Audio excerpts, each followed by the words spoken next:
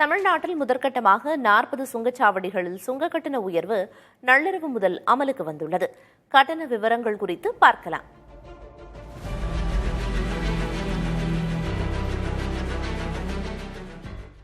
தமிழ்நாட்டில் முதற்கட்டமாக 40 சுங்கச்சாவடிகளில் புதிய சுங்க கட்டணம் நிர்ணயிக்கப்பட்டுள்ளது.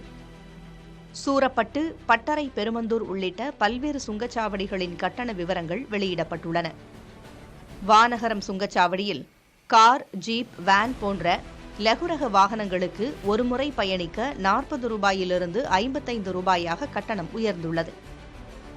இலகுரக வணிக வாகனங்களுக்கு 65 ரூபாயிலிருந்து 90 ரூபாயாகவும், பேருந்து மற்றும் லாரிகளுக்கு 140 ரூபாயிலிருந்து 185 ரூபாயாகவும் கட்டணம் உயர்ந்துள்ளது.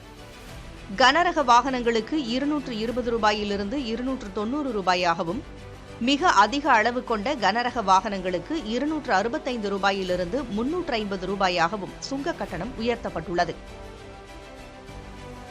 இதேபோல லகுரக வாகனங்களுக்கு மாதாந்திர பாஸ் 1380 ரூபாயிலிருந்து 1815 ரூபாயாகவும், கனரக வாகனங்களுக்கு 4665 6135 ரூபாயாகவும் கட்டணம் நிர்ணயம் செய்யப்பட்டுள்ளது.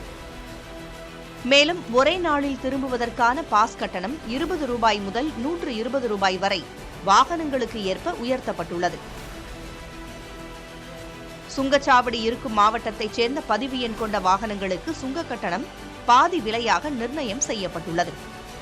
இதனிடையே 60 கிலோமீட்டருக்கு ஒரு சுங்கச்சாவடி இருக்க வேண்டும் என்ற விதி இருக்கும் நிலையில் சூரப்பட்டு மற்றும் வானகரத்தில் 20 கிலோமீட்டருக்குள் 2 சுங்கச்சாவடிகள் உள்ளதாகவும் மணல் லாரிகள் உரிமையாளர் சங்க தலைவர் யுவராஜ் குற்றம் சாட்டியுள்ளார்.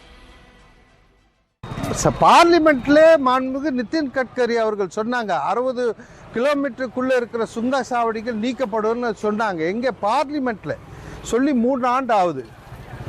அதே மாதிரி டவுனு, பஞ்சாயத்து, நகராட்சி இது மாதிரி மதுரவாயில், சூரப்பட்டு போன்ற சுங்கச்சாவடிகளை நீக்கப்படும் 3 மாதத்தில் சொன்னார். இதுவரைக்கும் செய்யல. சில சுங்கச்சாவடிகளில் தேவையின்றி இருமுறை கட்டணம் செலுத்த வேண்டிய நிலை உள்ளதாகவும் குற்றச்சாட்டு எழுந்துள்ளது.